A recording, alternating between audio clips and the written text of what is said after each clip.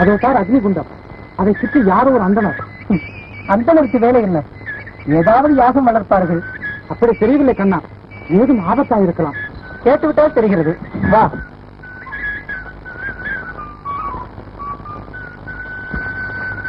தேவியரே, இந்த அக்னிகுண்டம் என் வேதனையை தீர்த்துக் கொள்ளும் ஏற்பாடு. அப்பா, என் ஒரே மகன் அவன் ஆண்டு விட்டான். இனி என்ன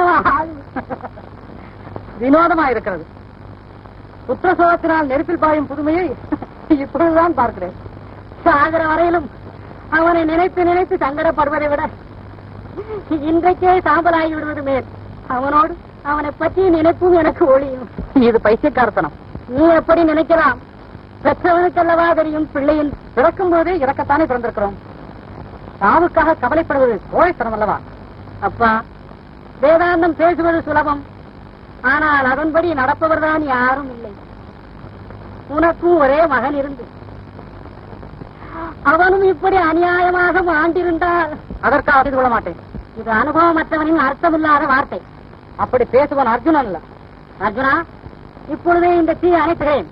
சாகும் சந்தர்ப்பத்தையும் விட்டுவிடுகிறேன். ஒரு நிபந்தனையின் பேரு. அக்னி பிரவேசம் நிறுத்தப்படுமானால் 1000 நிபந்தனைகள் கேட்கலாம். அர்ஜுனா, உன் அருமை மகன் இறந்தால் உன் உள்ளம் கலங்க மாட்டேன் என்று கூறு. போதும். இந்த அக்னி சாட்சியாக. அர்ஜுனா, அவசரப்படாதே. பாதகம் இல்லை. அந்தனரின் ஆத்ம திருப்தி தான் அவசியம். வேதியரே, இந்த அக்னி சாட்சியாக வாக்களிக்கிறேன். மகன் இறந்தால் மனம் கலங்குவதில்லை. போதுமா? சந்தோஷம்.